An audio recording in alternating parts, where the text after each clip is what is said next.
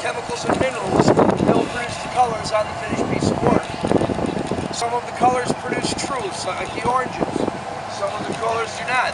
The copper blue that's on the table will have a green tint to it when it's done. It's copper oxidization green.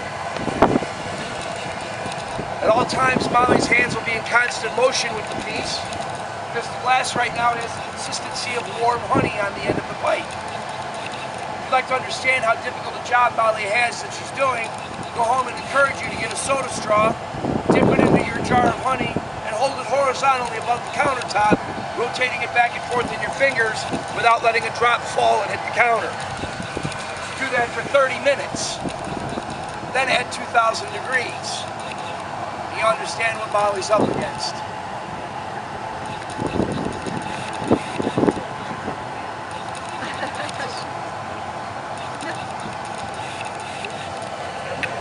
Molly constantly returns to the furnace for heat because she likes to keep the operating temperature between 1850 and 1900 degrees on the glass.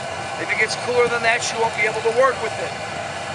Today's window offers us a little bit of a challenge because it's removing a little bit of the heat quicker, so she'll have to return to the furnace for heats more often. Molly has finished applying her color and is now allowing the glass to cool down a little bit. And she's going to go in for her glass and do a second gather. You notice some of you can see the spiral striping that she's put in there? What she did was she held the pipe in place and twirled it on the table, causing the glass to spin on the pipe, which created that spiral pattern that you see. She's now going to take an encasement layer of glass. This encasement layer will add optical brightness to the colors that she's put underneath it. At the shop, we like to call this the color of hot. After a quick marber here on the table, Molly's going to press into a large optical mold called the Stampo. And when I say Stampo the next time, everybody in the audience has to scream that word at the top of their lungs. So into the optical mold called the Stampo. Stampo! Very good, very good. She presses the glass into the optical mold, and this produces grooves and ridges on the outside of the piece. That will be seen as the ridges and vines, the ridges that you see on the outside of the pumpkin.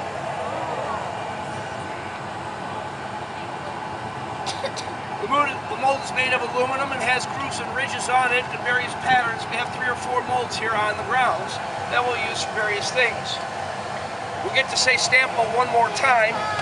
There you go, excellent. Now Molly is going to seat herself at the gaffer's bench. Molly is actually the gaffer for this piece. Gaffer means wise one or head of family. It's a German word. And the gaffer is the person in charge of making the piece on the floor. Molly is in charge of this piece and will be telling everybody what to do, generally in her nature. Right now she's using a tool called jacks.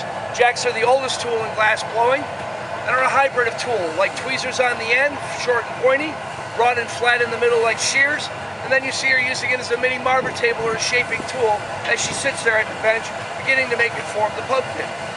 What she's working on right now is called the jack line.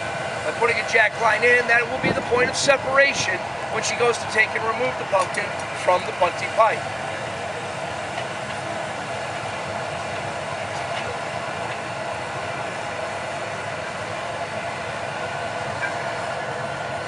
So you here on the side can see that spiral pattern that she put inside the pumpkin there. She's now going to hand the piece off to her assistant Josh. Josh is going to let the piece cool down a little bit before he breaks it off at the break-off table. Molly, on the other, meanwhile, is going to grab another punty pipe and going to begin working on the stem. Go back into the furnace and gather more glass upon the end of the pipe.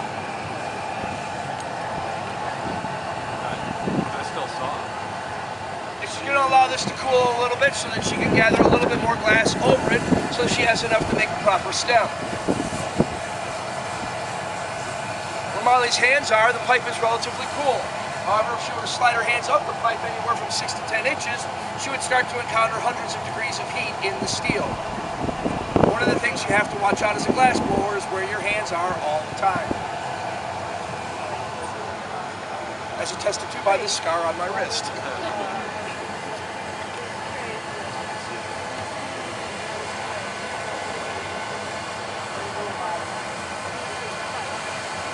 Josh is using a pair of diamond shears to crimp along the jack line, and with a tap upon the pipe, he's going to remove the pipe.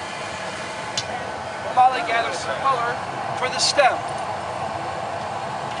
Josh is going to pick up a blowtorch and he's going to heat the top of the pumpkin so that it remains at a constant temperature and somewhat in par with the temperature of the stem.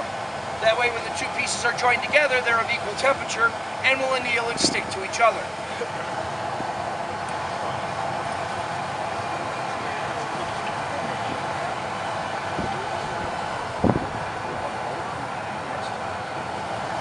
Molly's coming out of the furnace. She's going to press into an optical mold called a stampo. Alright.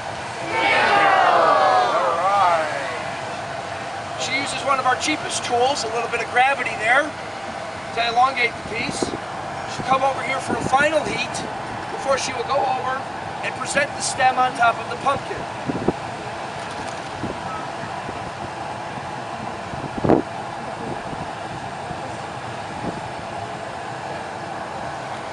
Here she's going to hold the pipe upright over the piece. She'll seat it on top of the pumpkin. Then she'll stretch forth the rod, causing the glass to stretch much like taffy on a taffy pole. She'll then take a copper rod. She'll start to wrap the stem around the rod, creating that curlicue pattern that you see on top of all of the pumpkins. She'll then push down the curlicues on top of the pumpkin, seating them, and then trim away the end of the stem with the diamond shears.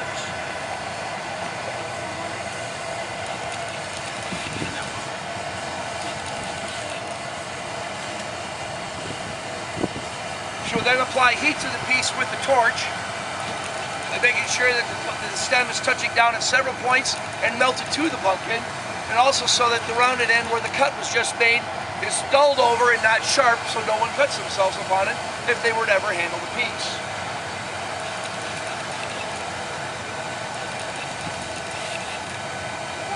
And Molly would now like to present to you what was moments ago nothing more than clear molten glass transformed into a beautiful, one-of-a-kind piece of artwork made una volta. Huzzah! The pumpkin is now being placed into our furnace called the Leer. The Leer is a furnace that is kept at 925 degrees throughout the day and will be turned off this evening, allowing the glass to cool between 35 and 55 degrees an hour. This causes the glass to anneal or harden for everyday use. And tomorrow morning, bright and early, just like giddy children on Christmas morning, we rush to the shop, throw open the Leer, and see all of the beautiful works of art created by your glass artist, Molly, with the help of her assistant, Josh. My name is Bob. I've been your storyteller for this piece. We thank you all for attending the Morton Arboretum's first annual Glass Pumpkin Patch. We hope you enjoy the rest of your day, and we hope to see you again real soon. Thank you all.